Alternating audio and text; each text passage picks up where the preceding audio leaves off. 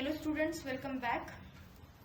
आज के इस वीडियो में हम देखेंगे फर्स्ट ऑर्डर लॉजिक क्या है, फर्स्ट ऑर्डर लॉजिक का क्या यूज है, इसको किस तरीके से रिप्रेजेंट किया जाता है और it is one of the important question for your and semester exam. तो ये बहुत ही VVIMP हम इसको बोल सकते हैं बिकॉज इसके ऊपर 9 मार्क्स के लिए क्वेश्चन पूछे गए हैं। मैंने लास्ट 3 क्वेश्चन पेपर्स देखे हुए हैं, तो एग्जाम्पल्स अलग अलग करके उन्होंने फर्स्ट ऑर्डर लॉजिक के ऊपर 9 मार्क्स के लिए क्वेश्चन पूछा है। सो इस टॉपिक को समझना बहुत ही इंपॉर्टेंट है। अगर आप इसे अच्छे से समझते हो, अच्छे से आप रिप्रेजेंट अगर करोगे फर्स्ट ऑर्डर लॉजिक में सेंटेंसेस को, then you will get 9 marks. तो आपको 9 मार्क्स मिलेंगे ही मिलेंगे। So I will recommend you to watch this video carefully so that you will secure your 9 marks in your final exam. तो यहाँ पे आप देख सकते हो जून 23 का ये पेपर है, 2023 का एंड सेमेस्टर एग्जाम का पेपर है। उसमें क्वेश्चन नंबर 4A इसमें आया हुआ है, write the following sentences in FOL any two using types of quantifiers. अभी क्वांटिफायर्स क्या है आपको अगर नहीं पता है तो I am going to tell you कि नेक्स्ट हम यही देखने वाले हैं कि क्वांटिफायर्स क्या है या फिर इन सेंटेंसेस को FOL में किस तरीके से रिप्रेजेंट किया जाता है। लेकिन ये क्वेश्चन बहुत इंपॉर्टेंट है। इफ यू ऑब्जर्व कि यहाँ पे राइट साइड पे कि 9 मार्क्स के लिए पूछा गया है और इनमें से बस एनी 2 ही करने हैं आपको। 4 दिए हैं टोटल, 1 2 3 4, इसमें से बस आपको क्या करना है, 2 ही करना है और वो आपको लॉजिकली करेक्ट लिखने हैं, यूजिंग क्वांटिफायर्स लिखने हैं, तो आपको 9 मार्क्स यहाँ पे मिलेंगे। ओके, तो मैं रिकमेंड करूंगी कि ये वीडियो आप पूरी तरीके से देखो। इसमें थोड़ा थियरी भी कवर होगा और थोड़े प्रॉब्लम्स भी हम कवर करने वाले हैं। ओके, तो दोनों का कॉम्बिनेशन मिला के ये लेक्चर बनेगा। So let's start with the first, what is first order logic. तो ये एग्जैक्टली क्या है? तो first order logic is also called as predicate logic. तो एग्जाम क्वेश्चन पेपर में कहाँ भी तो FOL के बदले प्रेडिकेट लॉजिक भी पूछा गया है कि write about statements in predicate logic. Okay, तो दोनों का मीनिंग सेम ही है। First order logic and predicate logic मतलब दोनों सेम चीजें हैं। Okay, it is a way to represent knowledge and reason about it using logic. Okay, तो ये क्या है first order logic? It is a way of representing the knowledge and reason about it. जो भी knowledge है उसके ऊपर reasoning perform करने के लिए एक वे है, राइट? और जो भी रीजनिंग परफॉर्म करेंगे हम बाय यूजिंग लॉजिक ही करने वाले हैं। Also it helps us to talk about objects, their properties and relationship between them. तो ये ऑब्जेक्ट कौन से है, उनके क्या प्रॉपर्टीज है, उनके बीच में क्या रिलेशनशिप है, ये अंडरस्टैंड करने के लिए भी हमें ये फर्स्ट ऑर्डर लॉजिक हेल्प करता है, right? Next, it is like a smarter version of basic logic. Basic logic मतलब क्या? Prepositional logic. तो प्रपोजिशनल लॉजिक के ऊपर मैंने ऑलरेडी वीडियो बनाया हुआ है कि ये प्रपोजिशनल लॉजिक क्या है, किस तरीके से इसे रिप्रेजेंट करना होता है। तो आप वो वीडियो पहले देखो, उसके बाद I will recommend you to watch this video. Because अगर आपको प्रपोजिशनल लॉजिक नहीं पता है तो आप फर्स्ट ऑर्डर लॉजिक नहीं समझ पाओगे। एग्जाम में इस तरीके से भी क्वेश्चन पूछा गया है कि prepositional logic and first order logic में क्या डिफरेंस है, तो ये भी पूछा गया है एग्जाम में। तो आपको दोनों लॉजिक क्लियर होने चाहिए, आपको अच्छे से आने चाहिए कि प्रपोजिशनल लॉजिक क्या है। तो प्रपोजिशनल लॉजिक में शॉर्ट में बताती हूँ यहाँ पे, ये प्रपोजिशनल लॉजिक में इस तरीके से सेंटेंसेस होते हैं जो क्या होते हैं, आइदर ट्रू और फॉल्स। जो सेंटेंस प्रपोजिशनल लॉजिक में दिए जाते हैं तो वो क्या होते हैं, आइदर ट्रू होते हैं या फिर फॉल्स होते हैं।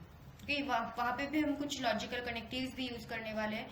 तो ऑलरेडी मैंने वहाँ पे बताया है कि किस तरीके से आपको वो लॉजिकल कनेक्टिव्स का यूज करके वो सेंटेंसेस प्रपोजिशनल लॉजिक में लिखना होता है। ओके, तो आप पहले वो वीडियो देखो, उसके बाद I will recommend you to watch this video. So ये स्टेटमेंट्स जो होते हैं आइदर ट्रू होते हैं या फिर फॉल्स होते हैं, but this statements can't be both. दोनों ट्रू और फॉल्स दोनों नहीं हो सकते, एक तो ट्रू नहीं तो फॉल्स। तो ये सिंपल लॉजिक है, सिंपल तरीके से आप प्रपोजिशनल लॉजिक को रिप्रेजेंट कर सकते हैं। तो फर्स्ट ऑर्डर लॉजिक उसका एक्स्ट्रा या फिर हम क्या बोल सकते हैं, एक्सटेंशन है, या फिर हम बोल सकते हैं कि स्मार्टर वर्जन है। Okay, first order logic advanced version है प्रपोजिशनल लॉजिक का, इस तरीके से आप बोल सकते हो। तो first order logic is like a powerful language to describe and reason about the things in the world. जो भी वर्ड में चीजें हैं, ओके, तो उनको हमें डिस्क्राइब करना है। तो उनको डिस्क्राइब किस तरीके से करते हैं आप यूज करते हो variables, then objects and some logical rules. तो ये तीनों चीजें हमारे लिए इंपॉर्टेंट है because first order logic using this 3 things to describe the things in the world, and that's why we are calling it as a powerful language, because we need these 3 things to predict something or to deduce something, to infer something from a existing knowledge. Okay, theory थोड़ा सा अगर आपको नहीं समझ में आ रहा है तो that is okay for now, but आप जैसे जैसे प्रॉब्लम सॉल्व करोगे यू विल अंडरस्टैंड कि ये वेरिएबल्स क्या है, ये ऑब्जेक्ट्स क्या है, कौन से टाइप्स के लॉजिकल रूल्स यहाँ पे यूज करने हैं. सो ये सब चीजें आप अच्छे से समझ पाओगे. उसके बाद नेक्स्ट इंपॉर्टेंट टॉपिक है need of the first order logic.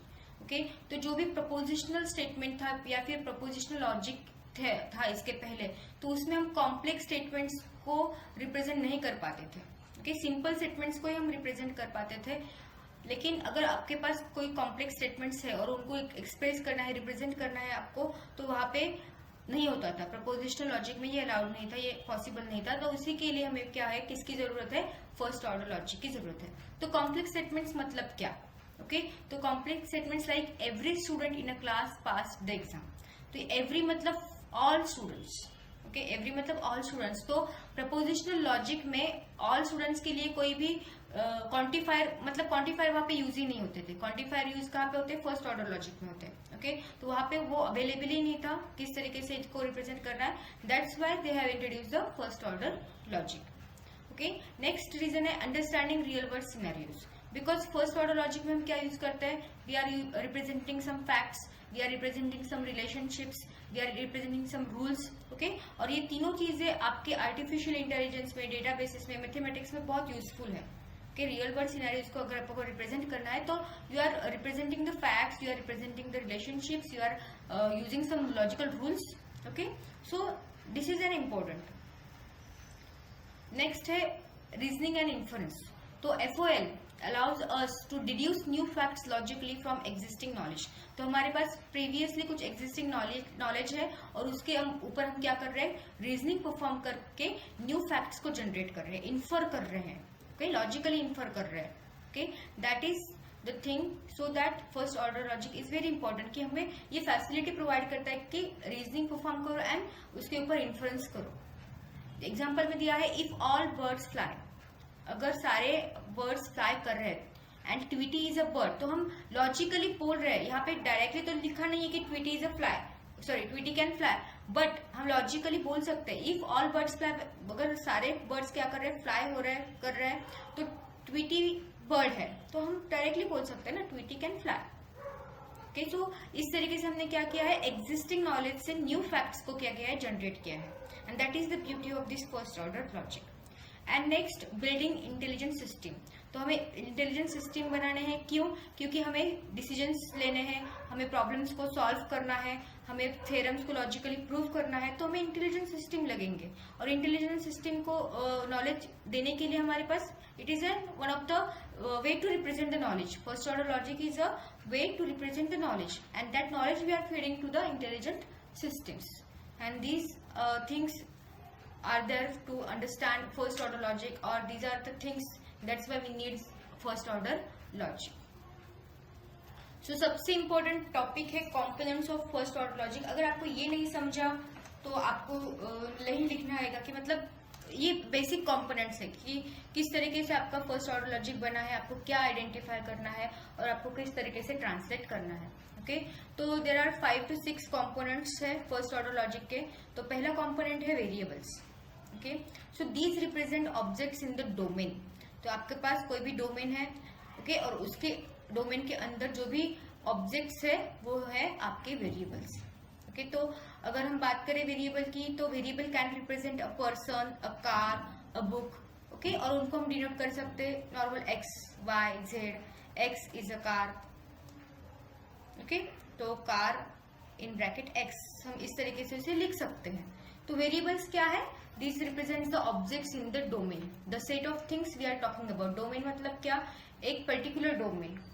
Okay, उस डोमेन में कौन से ऑब्जेक्ट्स है, और जो भी वेरिएबल है वो क्या रिप्रेजेंट करेगा, पर्सन. अगर हमने वर्ड एज एन डोमेन लिया तो वर्ड में पर्सन रहेगा. Okay, person can be a variable, a car can be a variable, a book can be a variable. The second part is what, or second component is constants.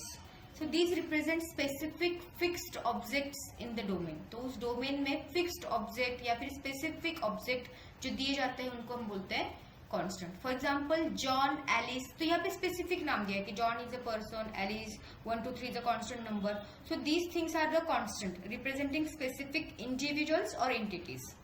तो John Alice, ये क्या है, specific individuals है, specific persons है हम बोल सकते हैं। तो ये दिया है कि जॉन दिया है, लेकिन अगर बोला है people then this can not be constant. People मतलब a person, okay, so that will be come under the variable category.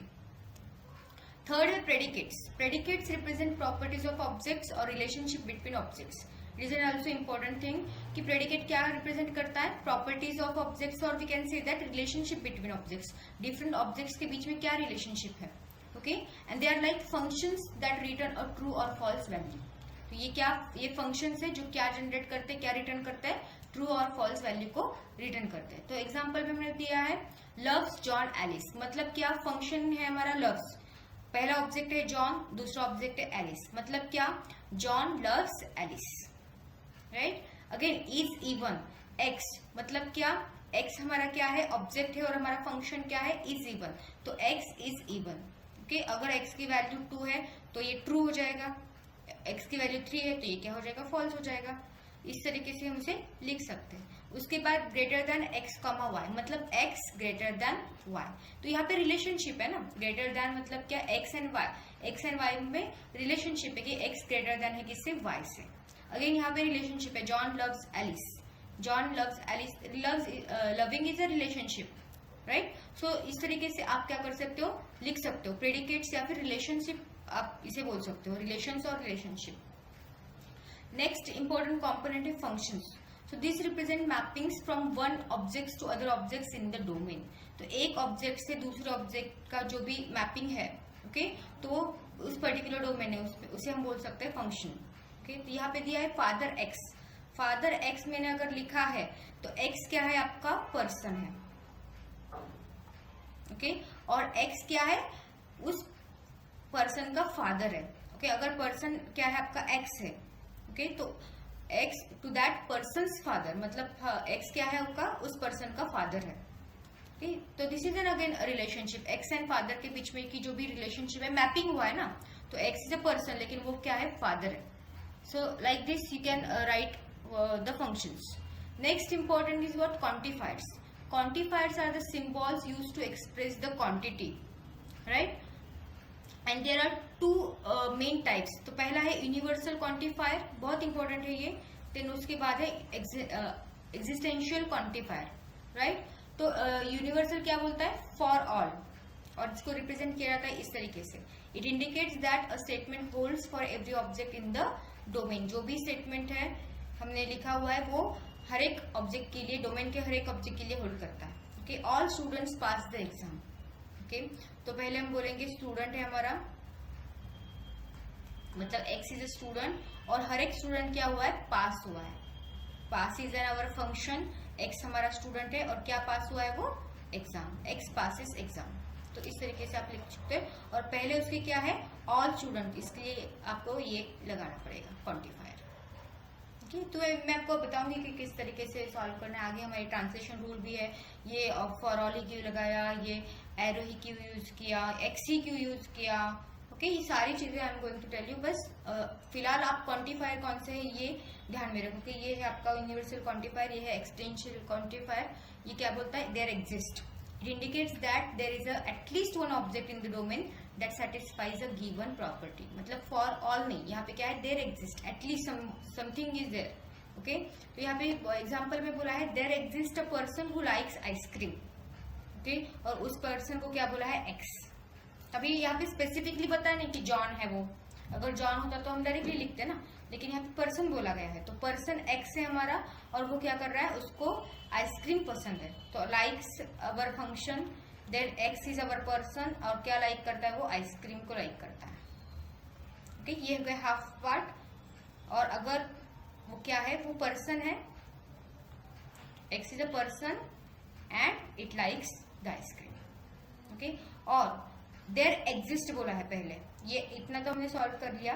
There exist मतलब सम ऑफ, और फाइनली हम यहाँ पे लिखेंगे, ओके। अभी फिलहाल इसके आंसर में मत जाओ, बस क्वांटिफायर्स क्या है वो समझ लो। आई विल टेल यू कि how to write the final version of this, step by step we are going to follow, okay. We have some rules for it. Next and last, which is logical connectives. Okay, so these are similar to those in propositional logic, but now they operate on predicates and terms rather than simple true or false values. तो ये already हमने propositional logic में देखे हुए हैं, लेकिन अभी ये कहाँ पे वर्क होंगे? प्रेडिकेट्स. प्रेडिकेट्स मतलब आपके रिलेशनशिप्स और रिलेशंस, उसके ऊपर ये वर्क होने वाले हैं. तो एंड जो है वो है कंजंक्शन और एक डिसजंक्शन, देन निगेशन, इम्प्लीकेशन मतलब implies, and if and only if, that is biconditional. तो ये 5 जो है वो आपकी क्या है? लॉजिकल कनेक्टिव्स है. इनका यूज आपको प्रेडिकेट्स में करना है या फिर आप बोल सकते हो FOL में करना है. तो ये है आपके translation rules to follow to convert your sentence into the FOL. तो इनको हम अच्छे से देखेंगे but in next video, because ये वीडियो बहुत लंबी हो गई है 15 मिनट्स की. तो in next video I will tell you what are these translation rules, how to use these rules to convert your normal statement into the FOL statement. Okay, अगर आपको वो वीडियो skip नहीं करना है तो please subscribe to the channel and hit the bell icon. Thank you for watching.